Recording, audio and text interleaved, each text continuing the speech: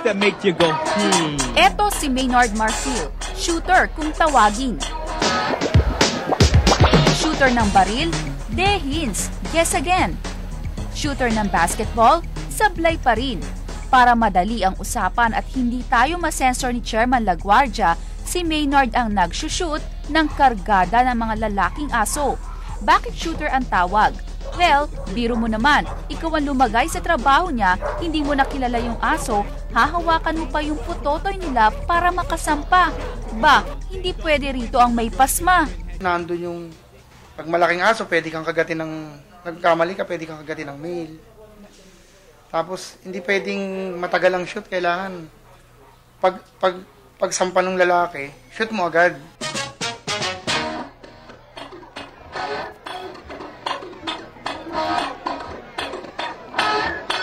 10 taon ng shooter si Maynard. Sa trabaho ni Maynard, swak na swak sabihin, kailangan hands-on talaga.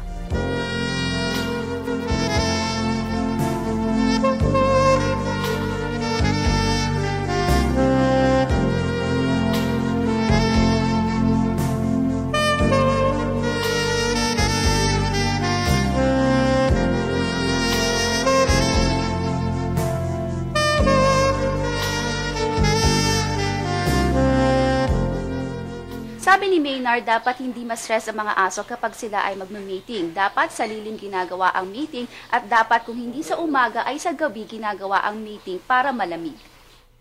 Sabi ng iba, kadiri ang trabaho ng shooter. Pero sagot ng mga tulad ni Maynard, anong paki nyo?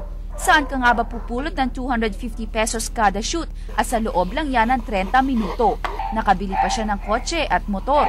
Kapag mating season, sisiw na kitain niya ang mahigit 7,000 pesos sa isang araw. Ang bad trip nga lang raw, wala nakikipag-shake hands sa kanya pagkatapos for a job well done.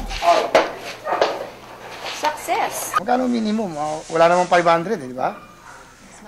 Magtatrabaho, yung minimum na yung pagtatrabaho mo ng 8 oras yun. Pag nag-shoot ako, wala pang 30 minutes tapos. Pero kung akala nyo kakaiba si Maynard, malamang hindi nyo pa nakikilala si Mang Luis Ala. Kung palinawan lang ng mata, mas asintado yata ang mamang ito. Paano ba naman ang trabaho niya manghuli ng mga kiti-kiti?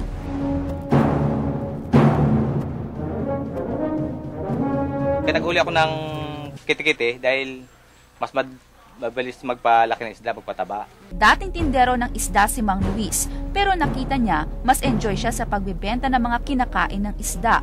Yan ang short story kung bakit siya naging hunter ng kiti-kiti.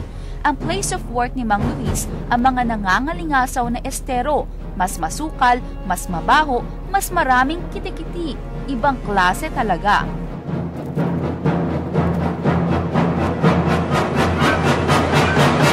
Hindi madaling manghuli ng kiti-kiti kung minsan inaabot si Mang Luis ng 3 oras para makaipon ng isang tabo ng kiti-kiti. Sa loob ng isang linggo, 3 beses lang kumukuha, mga 300 lang. Kasi kung sobrang madaming huli mo, hindi mo kayang ubusin sa loob ng isang araw ang pagpakain. Hindi takot sa dengue o malaria si Mang Luis, pero mukhang takot siya magkasipon. Hindi siya nanguhuli ng kiti-kiti kapag nag-uulan, lalo na kung mas marami pa ang mga lumulutang na basura sa estero kaysa sa mga favorite niyang kiti-kiti. Hindi nga lang namin natanong si Mang Luis kung balak niyang ipamana ang racket na ito sa kanyang mga anak. Mula sa mga estero, dumayo naman tayo sa Quiapo, Arlegui to be precise. Dito sa barberyang ito ang appointment namin kay Esther Laigo. May bitbit pa kaming kakaibang modelo. Hi, good morning po. Papalinis po. Problema. Halos 4 na dekada ng trabaho ito ni Aling Esther. Kala mo nga dentista siya, pero pag sa malapitan, hindi pala ngipin ang nililinis niya, kundi tenga. Si Aling Esther po ay isang institusyon pagdating sa sundutan at tanggalan ng tutuli ng tenga. 10 hanggang 30 minuto ang karaniwang itinatagal na pag-aalis ng dumi sa tenga. Pero yung may malalaking problema sa tenga tulad ng mamang ito, inaabot siya ng 1 oras. Para kay Aling Esther, just another day in the office.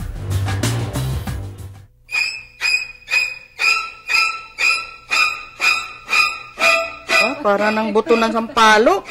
Minsan nga, may amoy yung dumi ng tenga ng tao eh. Pero nalalanghap ko yun, natitiis ko na lang yun. Kasi trabaho eh. Maswerte na sa isang araw kumita ng 200 hanggang 400 piso sa pagtatanggal ng tutuli si Aling Esther.